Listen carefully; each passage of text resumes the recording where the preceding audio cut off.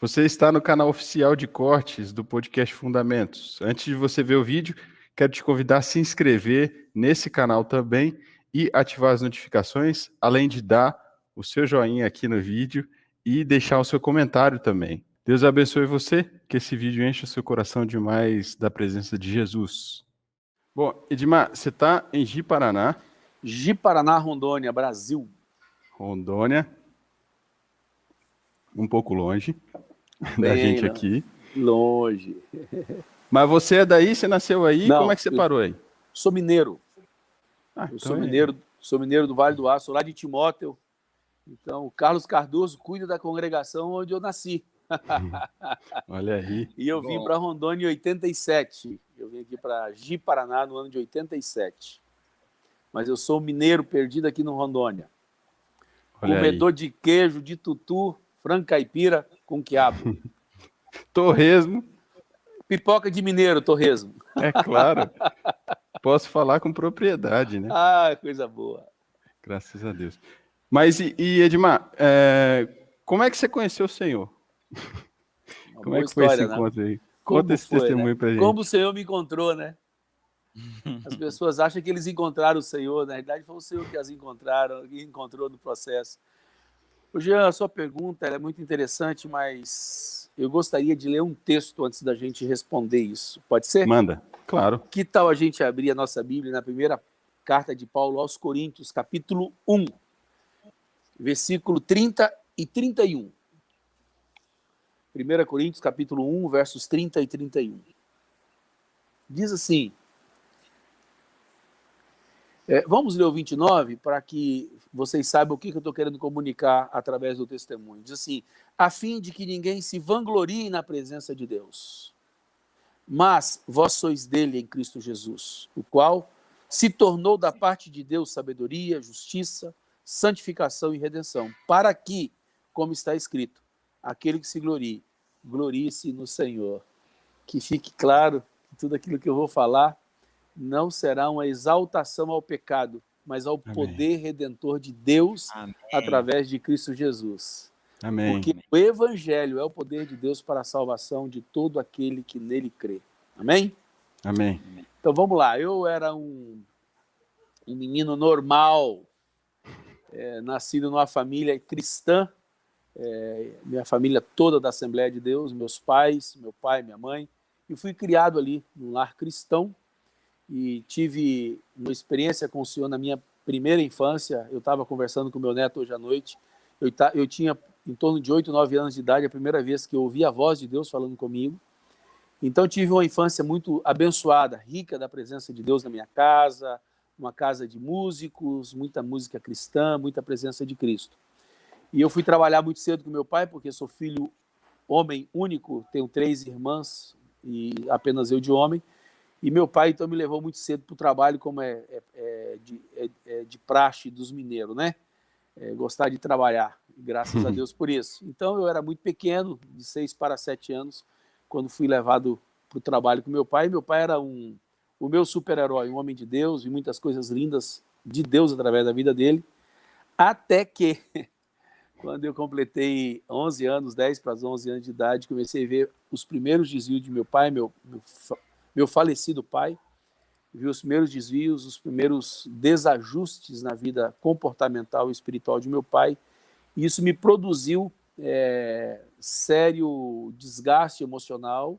Eu não soube conviver de hipótese alguma com aquilo que eu vi meu pai desviando do Senhor, vi meu pai flertando com outras mulheres, e isso produziu em mim uma decepção sem igual, e por conta disso, eu comecei a ter muitos problemas com meu pai, porque eu, muito novo, já tinha a maturidade de uma pessoa mais adulta, porque o trabalho traz responsabilidade. E por conta disso, então, eu com 13 anos de idade, depois de muitas disputas com meu pai, de conversas duras com meu pai, eu resolvi sair de casa, eu resolvi viver sozinho com 13 anos de idade. Então eu fui viver no mundo com 13 anos de idade. E um pouquinho antes, com 12 anos, eu comecei a experimentar drogas e saí do colégio, parei de estudar com 12 anos de idade e fui viver a vida no mundo. E na minha primeira inserção fora de casa, mudei da minha cidade, óbvio, para poder fugir da presença da minha parentela. E eu encontrei porque eu não tinha onde dormir, dormia nas calçadas, dormia em cemitério, dormia em pátio de templos católicos. E então, numa dessas minhas andanças noturnas, eu encontrei um hippie e fiz amizade com ele e bati papo com ele, descobri que ele era tão revoltado quanto eu. Então, a partir daí, eu passei a ser hippie. Então, dos 13 anos até meus 17 anos e 11 meses, eu fui ser hippie. Vivi na rua, vivi no Brasil, São Paulo, Mato Grosso do Sul, Mato Grosso, Paraná, Minas. Eu andava fazendo artesanato, com um cabelo enorme, usava brinco, e era um homem viciado em drogas, em todo tipo de droga. E nesse momento todo da minha vida, sempre ouvi a voz de Deus na minha vida. Ele sempre fazia questão de falar que ele estava por ali perto de mim. E eu que não queria saber muito de dar ouvido a ele, porque sabia que compromisso com Deus era uma responsabilidade. E eu estava com meu coração extremamente endurecido e fazia questão de não dar ouvido a isso. Inúmeras vezes fui fumar um baseado, falando de Bíblia com os amigos meus, e Deus é bom, a gente precisa parar com isso, a gente não pode continuar com essa vida. Mas o fato é que eu me tornei um dependente físico, psíquico, de maneira que eu queria parar e não dava conta de parar de usar drogas. Então, vivi assim por muitos anos. Meus amigos achavam que eu tinha experimentado a loucura irreversível, porque eu não sabia o momento que eu estava careta, que a gente fala, no mundo, e no momento que eu estava chapado. Então, era uma situação muito dúbia, que realmente eu não sabia quando é que eu tinha parado, e tem situações inusitadas na minha vida, assim, de eu perder 3, 4 dias da minha vida sem saber o que aconteceu comigo, eu despertar, estava em outro lugar, em outra situação. Então, eu vivi assim por muito tempo.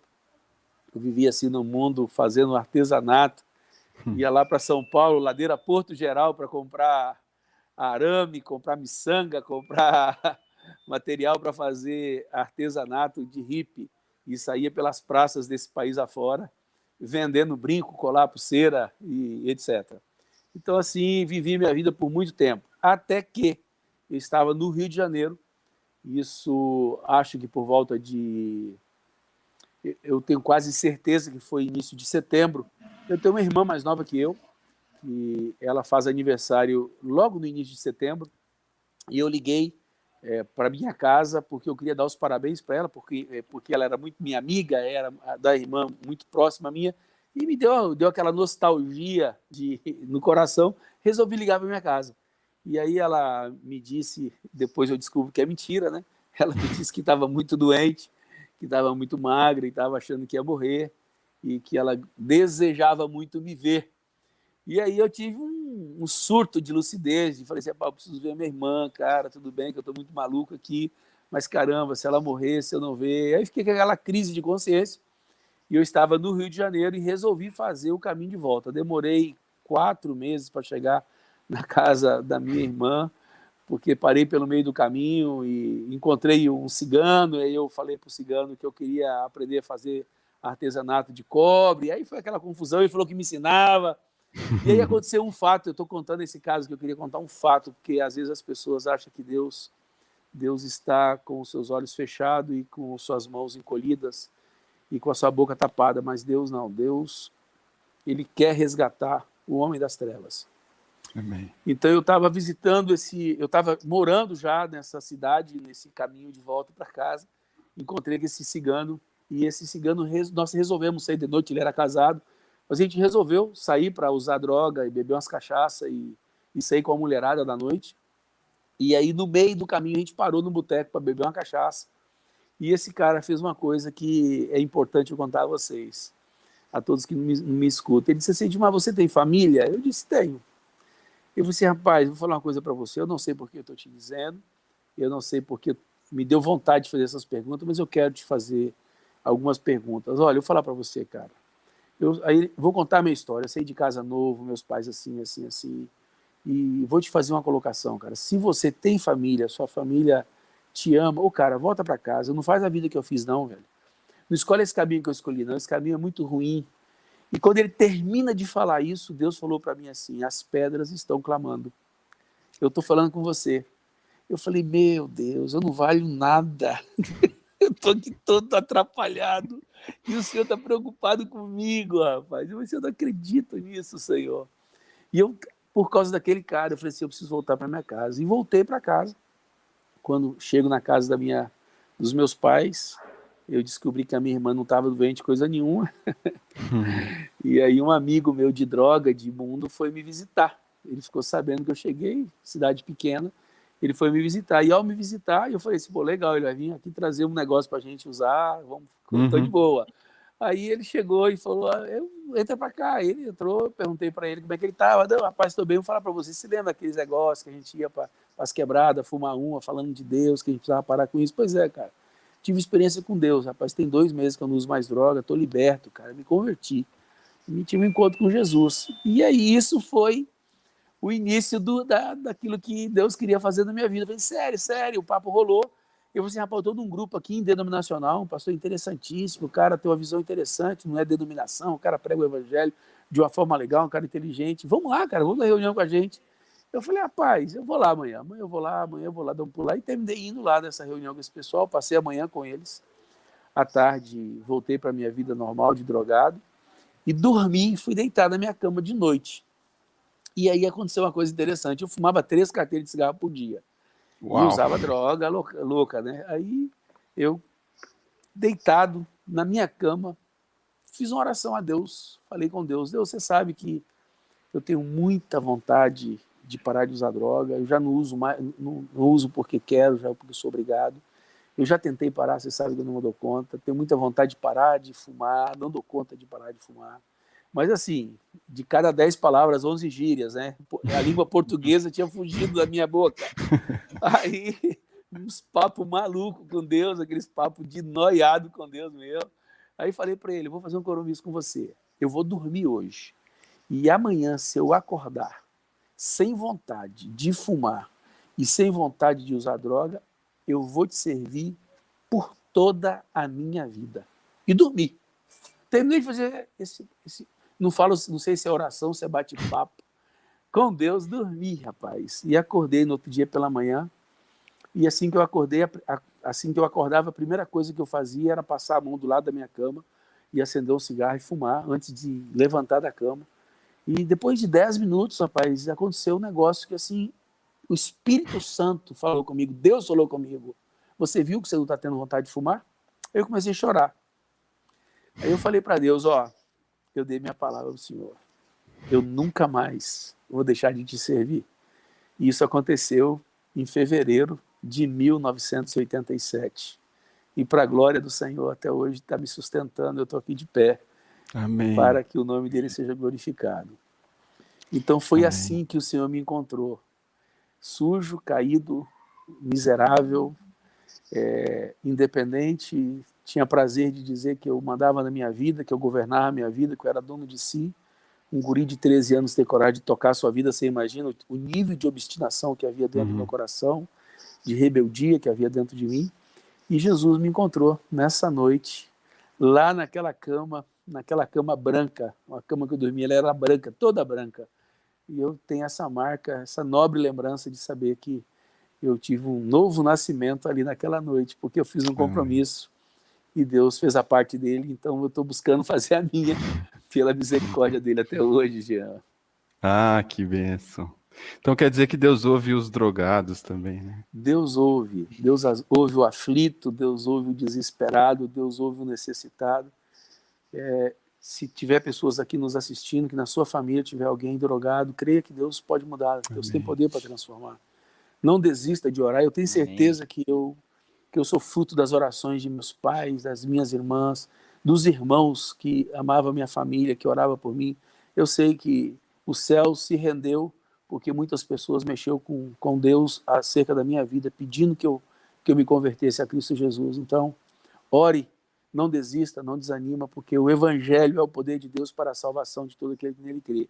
Drogado, alcoólatra, prostituta, ladrão, mentiroso, qualquer um tipo de pecador, o Evangelho pode alcançar e atingi-lo. Adúlteros, tudo isso aí é possível o evangelho mudar e transformar. Aleluia. Benção demais. Então, aí você estava lá em Timóteo, como que foi servindo a Deus agora? Te faço 2 perguntas. Como que você foi parar em Ji-Paraná? E se você encontrou o hippie outra vez na sua vida? Uma coisa interessante, porque nesse intervalo aí, meus pais mudaram para Rondônia, né? Então eu vi, nessa vinda que eu conhecia Jesus, eu vim a Rondônia. Eu estava no Rio de Janeiro e vim a Rondônia, você imagina, para ver a minha irmã. Assim. Eu vim para cá, eu vim por conta dessa situação, eles estavam morando aqui, então eu tinha que vir aqui, não tinha jeito. Aí eu vim a Rondônia, eu tive essa experiência com o Senhor aqui em Rondônia. Foi aqui que eu encontrei com Cristo e Ele me encontrou. Amém. Bom. E aí começou o trabalho aí,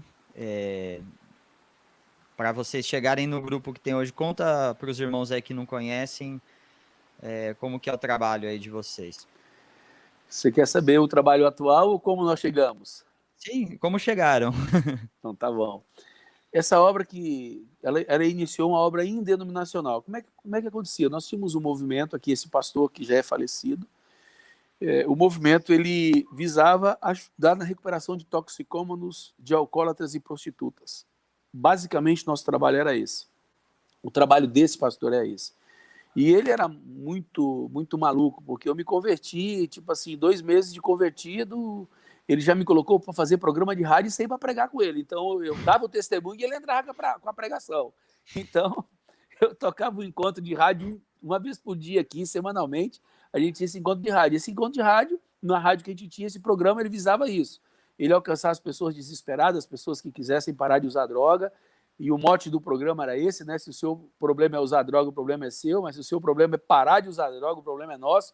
Então a gente juntava as fileiras para ajudar essas pessoas a se recuperarem. Então eu era muito conhecido, me tornei um homem muito conhecido por conta do meu testemunho, que eu ia nas denominações, e como nós éramos um grupo indenominacional, não éramos concorrentes, éramos parceiros.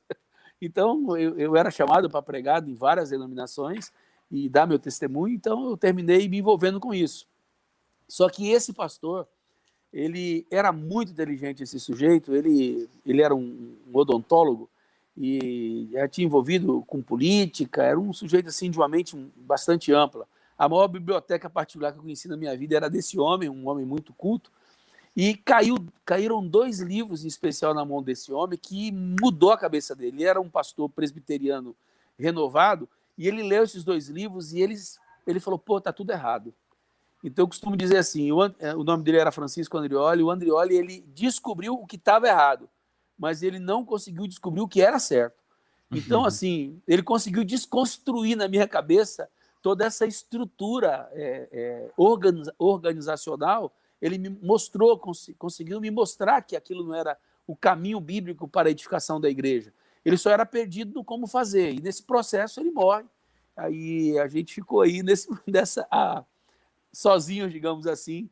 O pastor saiu do nosso meio. Quando ele saiu do nosso meio, depois que ele faleceu, ele nos abandonou e eu fiquei sozinho nesse negócio.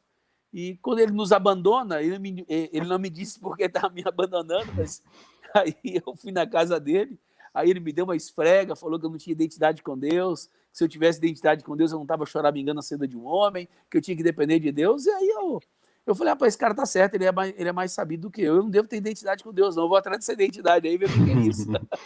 E aí eu comecei uma busca desesperada por ter essa identidade com o Senhor e descobri que o Senhor, realmente, você tem lá no céu um negócio que você gera com Ele, que está lá impregnado no teu espírito, que você é dele, ele é seu, e acabou. Então eu resolvi que eu não deveria voltar ou ir para uma denominação, que eu não reunia numa denominação. Nós tínhamos um grupo que orava, que pregava a palavra, que era indenominacional. Eu falei, eu vou dar continuidade nisso e vamos pensar aí e orar ao Senhor para ver o que Deus faz nesse processo todo. E nessa, a maioria saiu, óbvio, né? Tinha muitas pessoas que acompanhavam esse pastor, que ele era muito bom de púlpito mesmo. Seguramente a pessoa que eu conheci que melhor expunha a palavra de Deus. E aí eu fiquei na minha casa. Eu falei, eu vou ficar aqui em casa, não tenho dinheiro para pagar aluguel de salão, vou ficar aqui em casa. Aí uma gurizada que era doida igual eu resolveu continuar comigo lá em casa.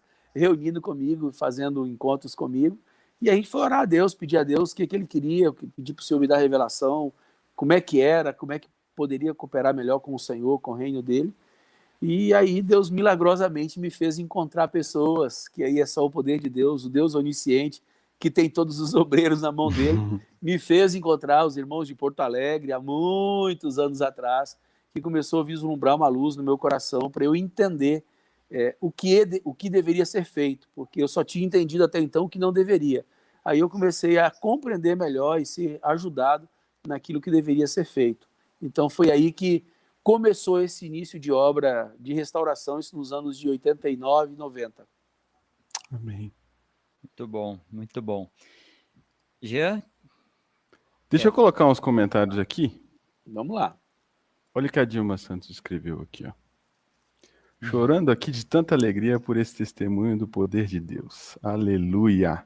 Amém. Glória a Deus. Bendito é o Senhor. Olha aqui o Jobeci Geraldo. Deus ouve ao aflito e atende o nosso clamor, pois ele é riquíssimo em misericórdia. Amém. Aleluia. Irmãos, antes da gente... Bom, o papo tá uma delícia, né? Não preciso nem dizer. Tá bom demais. Nós vamos... enfim, nós trouxemos o Léo hoje, está nos ajudando aqui na técnica, e aí... Isso, o Léo vai ajudando a gente em algum comentário que houver. Eu quero pedir de novo, eu inventei esse negócio na vez passada, e foi legal, que eu gostei.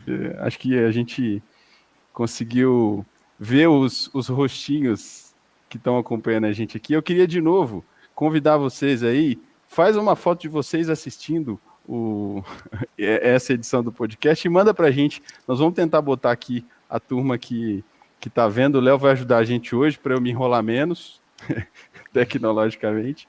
Então, se vocês estão vendo aí, estão assistindo com a família, faz uma fotinha, manda lá no Instagram, no direct do Instagram, é um recadinho lá no podcast Fundamentos, e a gente vai tentando colocar, ver vocês aqui acompanhando a gente, né? Alemão.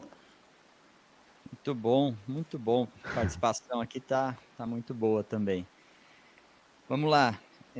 Aí, conhecer os irmãos lá e só para a gente fechar esse arco aí do testemunho, conta para a gente a realidade hoje, que eu te conheço aí, sei que você ajuda toda a parte do norte aí, tem um trabalho, serve os irmãos aí nessa parte.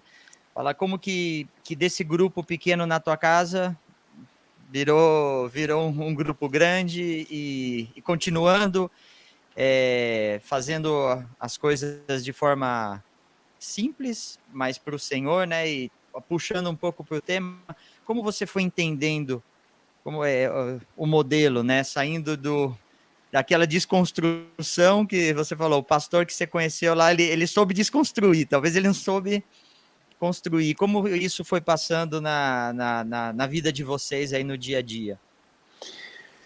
Veja bem, é muito fácil a gente concordar em alguns aspectos da vida de Jesus. Estou falando de todos os cristãos, é muito fácil. Qual cristão discorda que Jesus é Salvador? Que não tem salvação no sem Cristo Jesus. Não tem como. Todo cristão vai concordar com isso. E detalhes assim, quem discorda que Jesus é o Filho de Deus, é o Deus que se fez homem, todo cristão concorda com isso.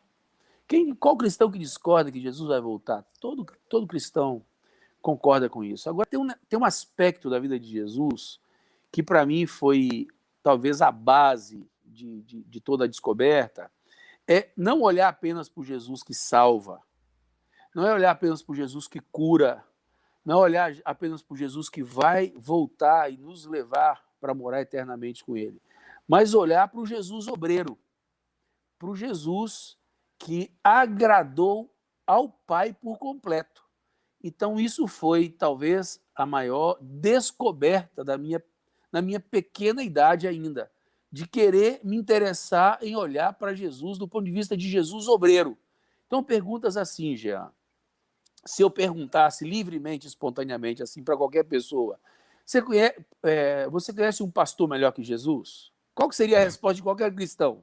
Não. Claro que não. É. Você conhece um evangelista mais eficiente que Jesus? Qualquer cristão? Não. Um apóstolo? Não. Um profeta? Também não. Um mestre? Não. Veja bem, se você não conhece ninguém melhor com ele, por que ele não é digno de ser imitado?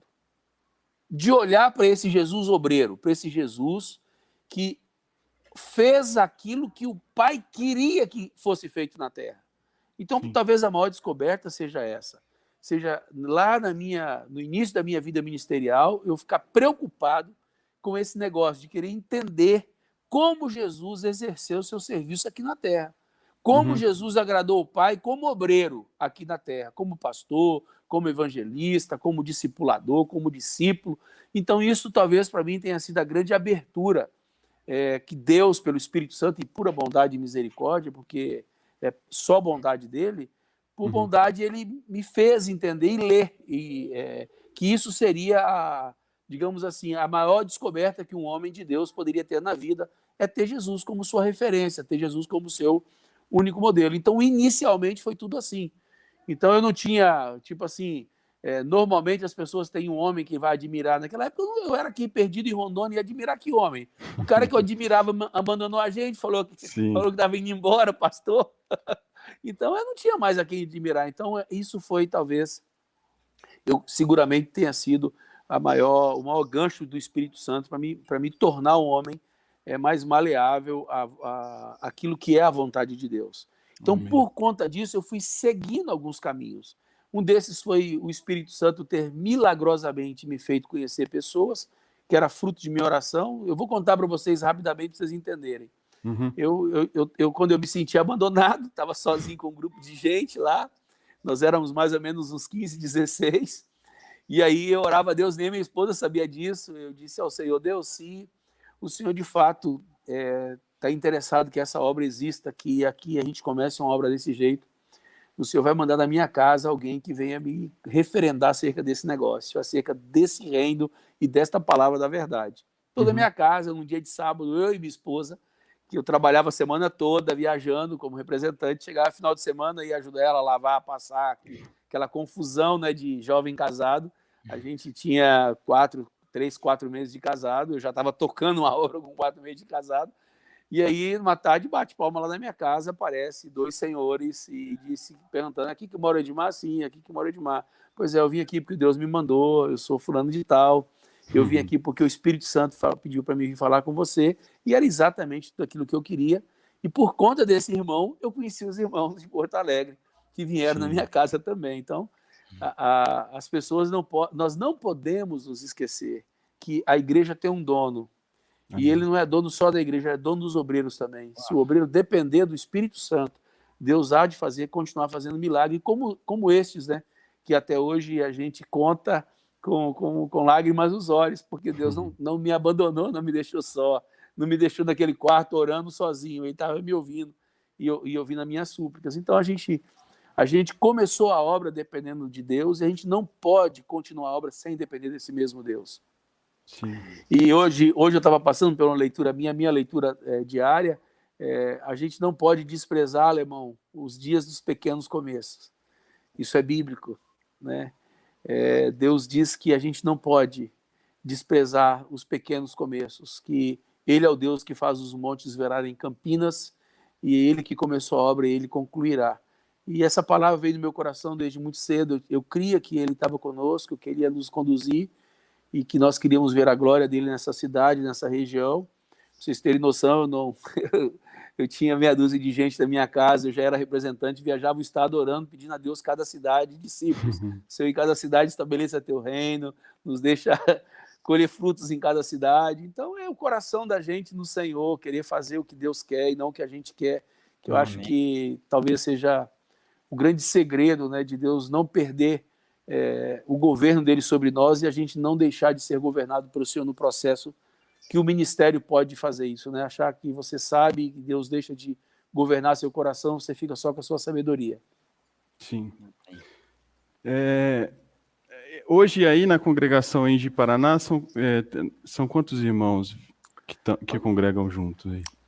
Somos entre 500, 550 irmãos, Amém. possivelmente aqui. Sim. E várias cidades Claro.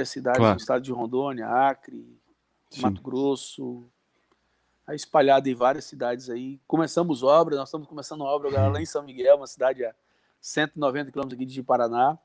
Estamos lá indo pregar o evangelho. Vamos agora começar, já vamos colher 5 frutos lá agora, vamos batizar. Vamos Amém. começar uma obra lá. A igreja não pode ser só passiva, né? Existe um Jesus que dizia que de cidade em cidade, aldeia em aldeia, a gente precisa entender que como igreja a gente precisa nos mobilizar, ir atrás, nos disponibilizar nas mãos do Senhor. Qualquer porta que abrir, que você não tenha a preguiça como resposta, o comodismo como resposta. E a gente sai aqui, eu moro em Paraná, pego meu carro aqui com mais discípulo e vamos daqui 180 quilômetros pregar o evangelho. A gente chega em casa de madrugada. E a Sim. gente faz isso. Quinta-feira é dia de ir lá, inclusive, agora. Vamos lá. E é assim que o reino vai ser expandido. Se ninguém se dispuser, como é que Deus vai multiplicar a vontade dele por aí, né, Jean? Sim, sim.